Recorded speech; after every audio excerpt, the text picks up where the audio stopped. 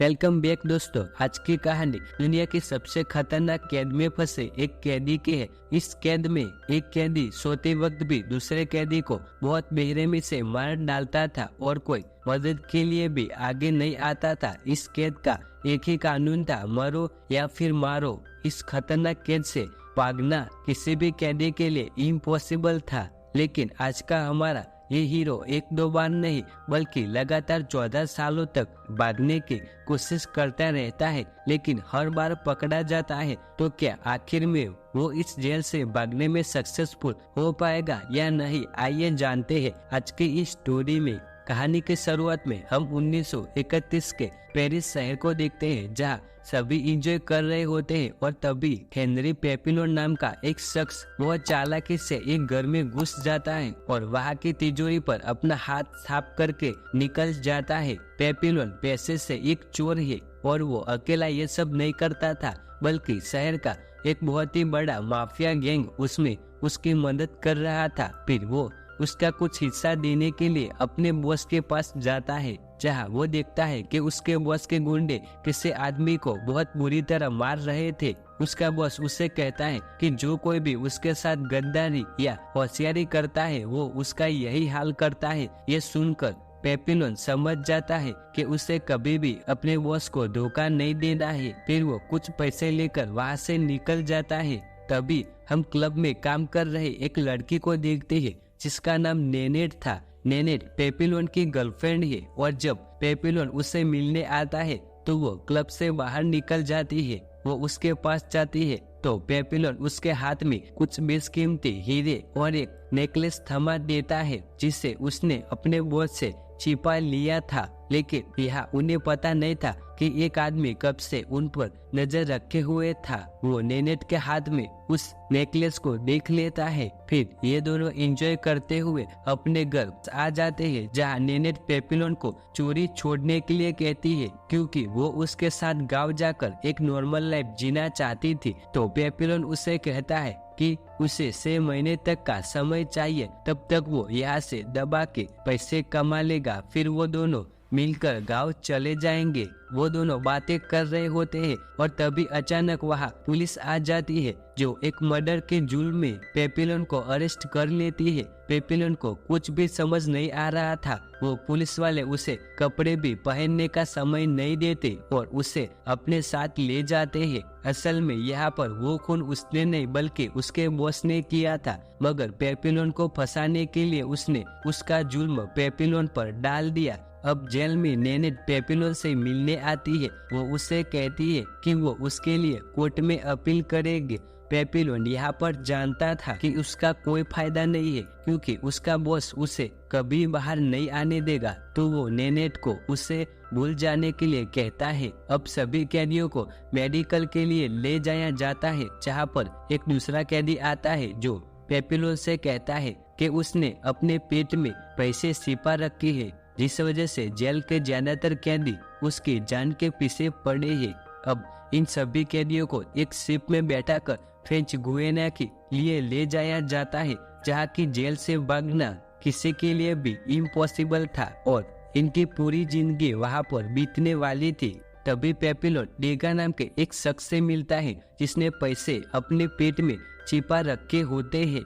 वो उसे कहता है कि मुझे जेल से भागने के लिए कुछ पैसे चाहिए। अगर तुम मेरी मदद करोगे तो मैं उन सभी कैदियों से तुम्हारी रक्षा करूंगा जो तुम्हारे पैसों के पीछे पड़े हैं। लेकिन डेगा उसकी बातों को हल्के में लेते हुए टाल देता है और कहता है कि तुम्हें पैसे देने से अच्छा क्यों ना मैं गार्ड को पैसे दूं।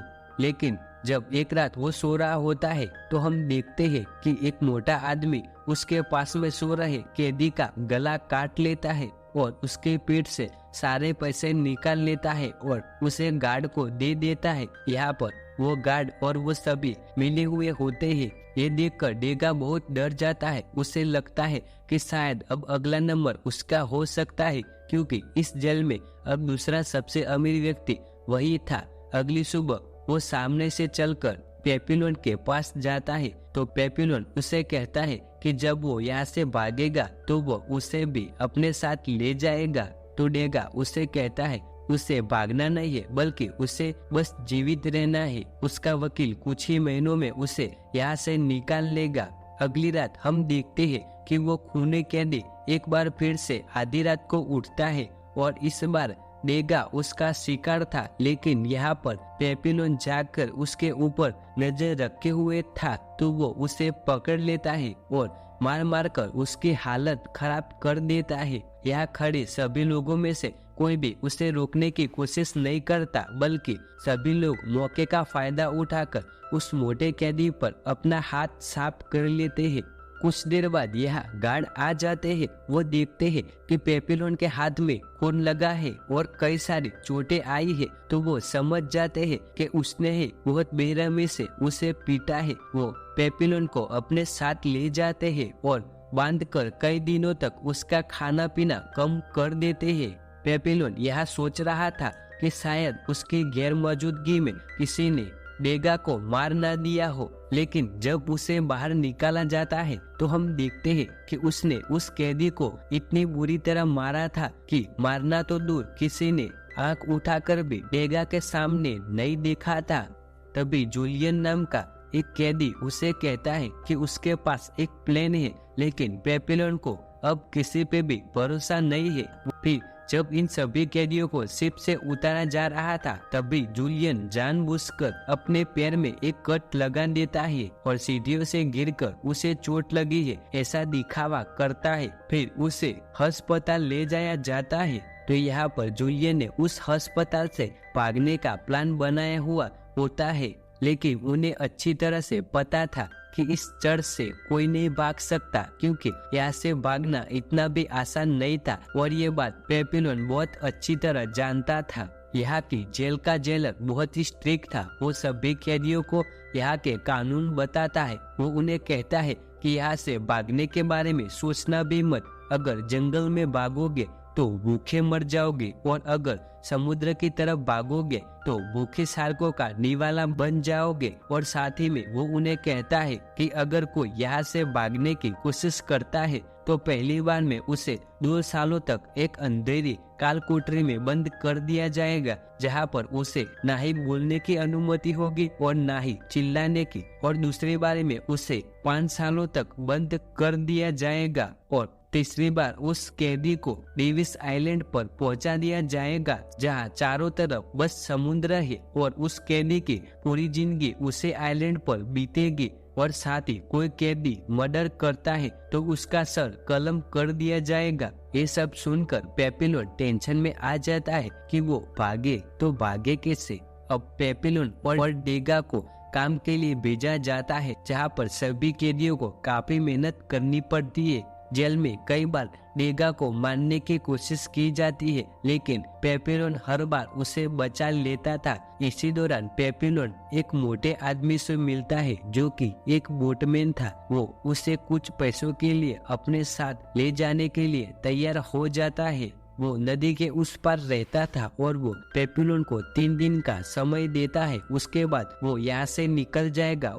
अब डेगा अपना फैसला बदल लेता है, क्योंकि वो जानता था कि अगर पेपिलोन यहाँ से चला गया तो वो एक दिन भी इस जेल में टिक नहीं पाएगा, क्योंकि उसके ऊपर हर दिन खतरा मंडराता रहता था। हालांकि उसकी वाइफ उसके लिए केस लड़ रही है, लेकिन उसमें बहुत टाइम लगेगा, इसलिए वो अब पेपिलोन के साथ भागने के लिए तैयार हो जाता है।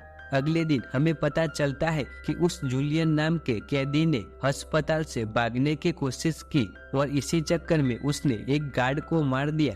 अब जेल का कानून था कि मर्डर करने वाले कैदी का सर कलम किया जाएगा, तो जूलियन के साथ भी ऐसा ही होता है। सभी कैदियों के सामने उसका सर दर्द से कलम कर दिया जाता है। फिर जेलर पेपिलोन और डेगा को उसकी बॉडी को उठाने का काम देते हैं, लेकिन यहाँ जूलियन का खून देखकर डेगा कांप उठता है और उसके हाथ से बॉडी छूट जाती है और वो नीचे गिर जाता है। गार्ड उसे उठने के लिए कहता है, लेकिन वो यहाँ पर उसमें नहीं था, तो गार्ड उसे मारने लगता है। ये देखकर पेपिलोन को गुस्सा आ जाता है और वो एक पत्थर उठाकर गार्ड के सिर पे मारता है और वहां से जंगल की ओर भागने लगता है। लेकिन दूसरे गार्ड को पता चल जाता है और वो पेपिलोन का पीछा करने लगते हैं, लेकिन वो उनके हाथ नहीं आता और नदी में कूद जाता है। वहां से भागकर वो सीधा उस जगह पहुंचता है जिसके बारे में उसे उस बोटमैन ने बताया था। वहां जाकर वो उसे कहता है कि मुझे तुम्हारे साथ चलना है, जिस पर वो बोटमैन उससे पैसे मांगता है। तो पेपिलोन उसे कहता है, अभी तो मेरे पास पैसे नहीं है, लेकिन अगर मैं एक बार पेरिस पहुंच गया तो मैं तुम्हें माला माल कर दूंगा। जो तुम मांग रहे हो उससे दुगना मैं तुम्हें दूंगा।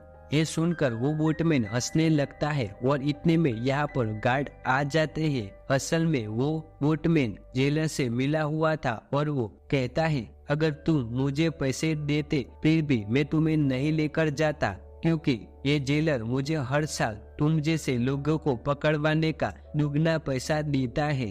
अब गार्ड पेपिलोन को लेकर वापस आ जाते हैं जेल में, जहाँ जेलर उसके पास आकर कहता है, तुम्हारी किस्मत अच्छी है कि वो गार्ड बच गया जिस पर तुमने हमला किया था, वरना तुम्हारा भी सर दर्द से कलम कर दिया जाता। हालांकि तुमने यहाँ से भागने की कोशिश की है तो तुम्हें अगले 2 साल तक कालकोठरी में डाल दिया जाएगा, जहाँ पर ना ही तुम्हें चिल्लाने की अनुमति है और ना ही किसी से बात करने की।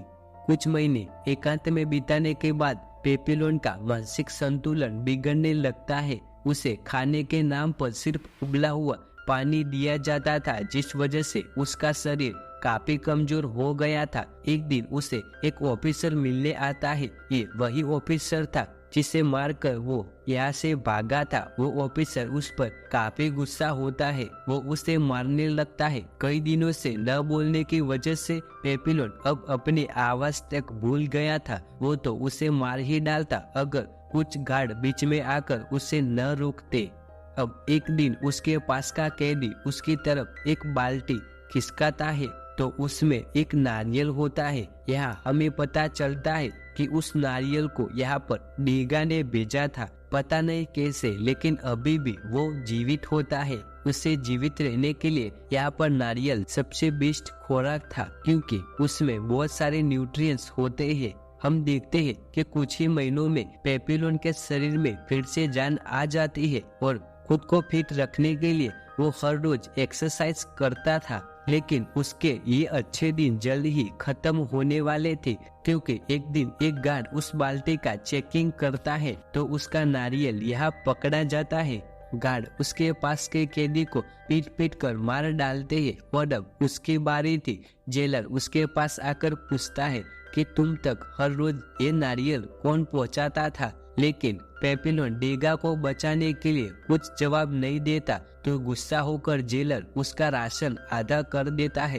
कुछ महीने बाद जेलर फिर से पेपिलोन से मिलने आता है। वो एक बार फिर से उस आदमी का नाम पूछता है, लेकिन इस बार भी पेपिलोन कुछ नहीं बोलता। तो इस बार जेलर उस कैद में आ रही सभी रोशनी को बंद कर देता है और एकदम अंधेरा कर देता है। एक तो अकेलापन और ऊपर से समय का पता न चल पाना अंदर ही अंदर से खत्म कर रहे थे। यहाँ उसका दम घुटने लगता है और उसे भ्रम होना चालू हो जाता है। उसे अपने कुछ पुराने दिन याद आते हैं जब वो नेनेट के साथ घूम रहा था, और ऐसे ही करते करते उसके 2 साल पूरे हो जाते हैं। फिर जब गार्ड उसे देखने आते हैं तो उन्हें वो जमीन पर पड़ा मिलता है। वो उसे जल्द ही अस्पताल में बेच देते हैं, जहाँ हम डीगा को देखते हैं जो अब जेलर के लिए काम करता था। वो अस्पताल में पेपिलोन से मिलने जाता है, जहाँ डीगा उसे सॉरी कहता है कि मेरी वजह से ही तुम यहाँ पर हो। डीगा को लगता है कि पेपिलोन पागल हो चुका है, लेकिन वो पागल होने का बस दिखावा कर रहा था। एक बार फिर से ये दोनों यहाँ से भागने का प्लान बनाते हैं, जिसमें 2 और कैदी इनके साथ जुड़ जाते हैं। फिर डेगा के पैसों से वो एक नाव खरीदते हैं और एक शाम अपने प्लान को अंजाम देते हैं। प्लान के मुताबिक डेगा ड्रिंक्स में कुछ मिला देता है, जिस वजह से वहाँ के गार्ड बेहोश हो जाते हैं। वो उनके पास से गेट के चाबियां भी ले लेते हैं और तभी वहाँ बारिश होना शुरू हो जाती है, जिस वजह से लाइट चली जाती है। तो इन्हें एक और फायदा होता है, अब वो सभी जंगल की तरफ भागने लगते हैं। लेकिन गिरने की वजह से डेगा के पैर में एक चोट आ जाती है, जिस वजह से वो यहाँ भाग नहीं सकता था। तो बाकी उसे अपने कंधे पर डालकर यहाँ से जंगल की तरफ भागने लगते हैं। जंगल में वो एक आदमी से मिलते हैं जो इन्हें नाव देने वाला था। वो पैसे लेकर यहाँ से चला जाता है और इन्हें एक नाव दे देता है। अब ये सभी इस नाव को लेकर निकल पड़ते हैं समुद्र की तरफ, लेकिन नाव यहाँ पर टूटी हुई थी तो उसमें पानी बनने लगता है। तभी समुद्र में एक तूफान भी आने लगता है। ये देखकर सीलन कहता है कि हमें नाव से वजन कम करना होगा वरना ये नाव डूब जाएगी। तो वो डेगा को नीचे फेंकने के लिए कहता है क्योंकि वो इनके साथ भाग नहीं सकेगा। वो डेगा को मारने ही वाला था कि पेपिलोन उसे रोक लेता है और इन दोनों के बीच फाइट शुरू हो जाती है। सीलन पेपिलोन पर भी भारी पड़ता है। ये देखकर डेगा को बहुत गुस्सा आ जाता है और वो चाकू से सीलन पर हमला कर देता है और उस पर कई बार वार करता है, जिससे यहाँ पर सीलन की मौत हो जाती है। वो उसकी बॉडी को नीचे समुद्र में फेंक देते हैं। अब ये तीनों तूफान के बीच फंस चुके हैं और जिंदा रहने के लिए स्ट्रगल कर रहे थे। आगे क्या हुआ हमें नहीं पता, मगर जब पेपिलोन को होश आता है तो वो खुद को एक आइलैंड पे पाता है जहाँ के लोकल लोगों ने इन्हें रेस्क्यू किया था। वो वहाँ एक नून से मिलता है। वो नून से अपने साथियों के बारे में पूछता है तो नून कहती है वो अभी सही सलामत है, फिलहाल उन्हें आराम की जरूरत है। वो जानती थी कि यह सभी कहाँ से आए हैं। वो पेपिलोन को अपने साथ परी करने के लिए आने को बोलती है। अब पेपिलोन डेगा के पास वापस जाता है और उसे कहता है कि ये लोग जानते हैं कि हम कहाँ से आए हैं, इसलिए हमें यहाँ नहीं रुकना चाहिए। लेकिन डेगा अब और नहीं भागना चाहता। वो इन्हीं लोगों के बीच रहना चाहता था और अपनी बाकी की जिंदगी यहाँ गुजारना चाहता है और उसका तीसरा साथी भी यहाँ पर ही रुकना चाहता था। लेकिन पेपिलोन घर जाना चाहता था जहाँ उसकी गर्लफ्रेंड उसका इंतजार कर रही है, इसलिए वो यहाँ से चला जाता है। लेकिन वो देखता है कि उन्हें ढूंढते हुए पुलिस यहाँ पहुंच चुकी है।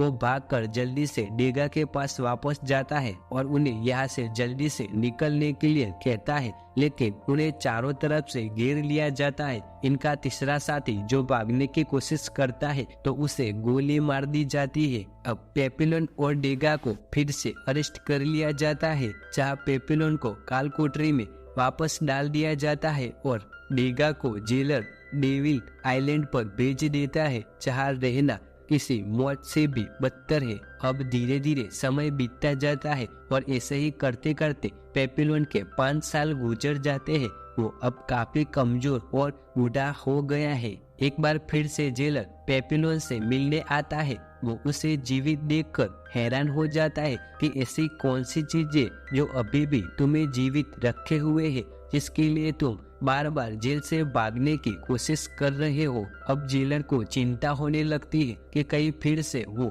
जेल से ना भाग जाए, इसलिए जेलर उसे डेविस आइलैंड पर भेज देता है, जहाँ से भागना किसी भी कैदी के लिए नामुमकिन है। इस आइलैंड पर ज्यादातर उन कैदियों को रखा जाता है जिनका मानसिक संतुलन बिगड़ गया हो। जहाँ पेपिलोन डेगा से मिलता है जो पिछले 5 सालों से यहाँ पर सजा काट रहा था। लेकिन पेपिलोन अभी भी यहाँ से भागने के बारे में सोच रहा होता है कि कैसे वो इस समुद्र को पार कर सकता है। लेकिन डेगा उसे बताता है कि इतनी ऊंचाई से कूदकर बचना नामुमकिन है। अगर किसी तरह बच भी गए तो पार करने के लिए तुम्हारे सामने विशाल समुद्र होगा। वही डेगा ने वहाँ की दीवारों पर बहुत अजीब पेंटिंग बनाई होती है जो कि उसके बीते कल को दर्शा रही थी। अब एक शाम जब पेपिलोन समुद्र के किनारे बैठा सोच रहा होता है, तभी उसके दिमाग में एक आइडिया आता है। वो एक नारियल को नीचे समुद्र में फेंक देता है, जिसे लहरें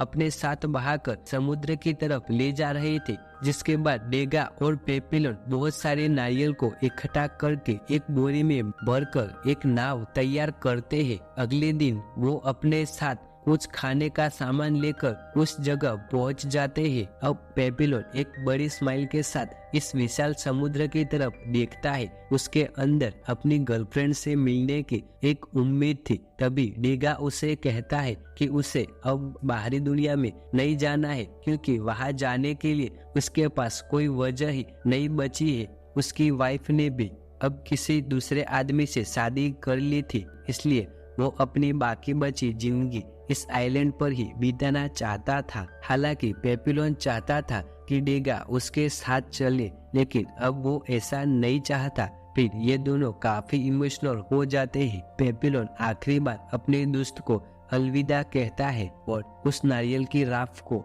समुद्र में फेंक देता है और उसके साथ खुद भी कूद जाता है। तभी वहाँ एकदम सन्नाटा सा जाता है। तो डेगा को लगता है कि शायद इतनी ऊंचाई से गिरने की वजह से पेपिलोन बच नहीं पाया, लेकिन तभी पेपिलोन नीचे से उसे आवाज लगाता है कि उसने कर दिखाया। उसकी आवाज सुनकर डेगा बहुत खुश हो जाता है और खुशी के मारे ये दोनों जोर जोर से चिल्लाने लगते हैं। अब पेपिलोन लहरों के साथ अपनी मंजिल की तरफ आगे बढ़ रहा था। कुछ समय बाद हम पेपिलोन को एक प्लेन में बैठा देखते हैं और वो अब काफी बूढ़ा हो चुका था। वो एक पब्लिशर से मिलने जाता है और उसके सामने कुछ डॉक्यूमेंट रखता है जिसमें उसके पूरे जीवन की सच्ची कहानी थी और उसे यहाँ पर उसकी वाइफ ने ही कन्विंस किया होता है उसकी कहानी लिखने के लिए। लेकिन अभी भी वो फ्रांस में एक क्रिमिनल था। वो अब वेनेजुएला में रहते थे और वो चाहता है कि उसकी कहानी को फ्रांस में पब्लिश किया जाए। ये कहानी उन 80,000 कैदियों की है जिन्हें उस डेविस आइलैंड पर भेजा गया था, जिसमें से ज्यादातर कभी उस आइलैंड से वापस आए ही नहीं। कहानी के अंत में हमें बताया जाता है कि हेनरी द्वारा लिखित उसकी आत्मकथा पेपिलोन 21 हफ्तों तक पूरे फ्रांस में सबसे बेस्ट सेलिंग बुक रही, जिसके बाद 1970 में फ्रांस के मिनिस्टर ने एक एग्रीमेंट पास किया जिसमें पेपिलोन को वापस फ्रांस आने की अनुमति दी गई और इसी के साथ ये कहानी यहाँ द एंड हो जाती है।